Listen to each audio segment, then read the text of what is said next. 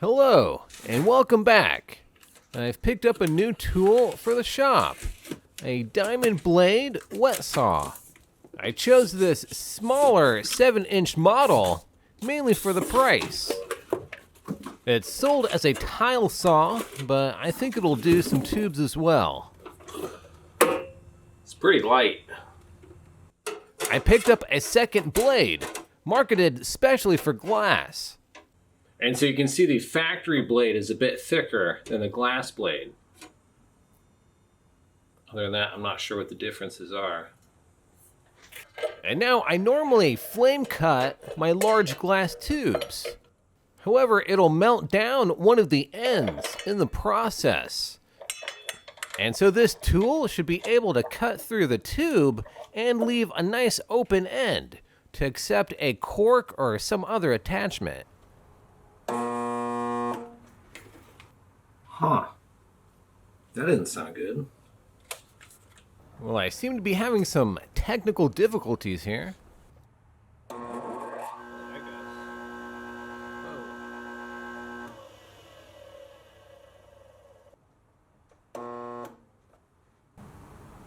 don't know why it's doing that.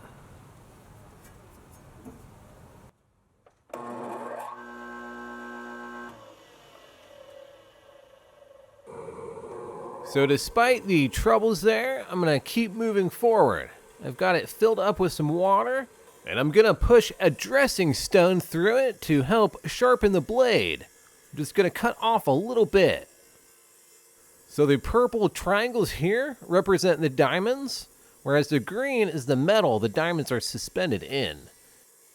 As the stone passes through, it begins to wear away the metal, exposing one side of the diamonds.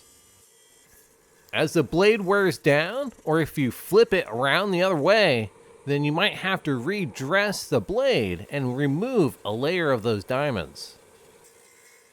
And so I'm going in here with the first cut. I'm going to go ahead and stop and check out how that did. And so it's looking like a good cut so far. It was pretty fast too. Let's go ahead and finish it up. And so this is very similar to a table saw, except for two major differences. The blade has no teeth and feels completely smooth. And so the risk to my fingers is greatly reduced. But for the glass, it more grinds it away than cuts it. Which brings us to the second difference, the water. This will do two things as well. It will cool the blade and the material to keep them from seizing together, while also trapping silica dust, which our lungs have a lot harder time dealing with than normal wood dust. Silica dust is found in normal tiles as well, so if you're working with this tool, I definitely recommend using a breathing mask and doing it outside. Also, don't forget your eye protection. Any rotary tool like this can send some dangerous debris flying your way. The next step is to clean off all the silica dust and a little bit of that blue paint that came off the blade. The last step would be to polish the end either with a abrasive material or with a flame like I'm going to do here. I normally like to use my hands for this, but I'm going to attach some claw grabbers, as these short tubes will start to funnel some hot gas right out of my hand. I'm going to start a bit slower out in the farther end of the flame, as this cut is pretty rough to try to flame polish. If you're doing soft glass like a bottle, you have to be even more careful for thermal stress. And once the edge starts to glow a little bit, you know it's done.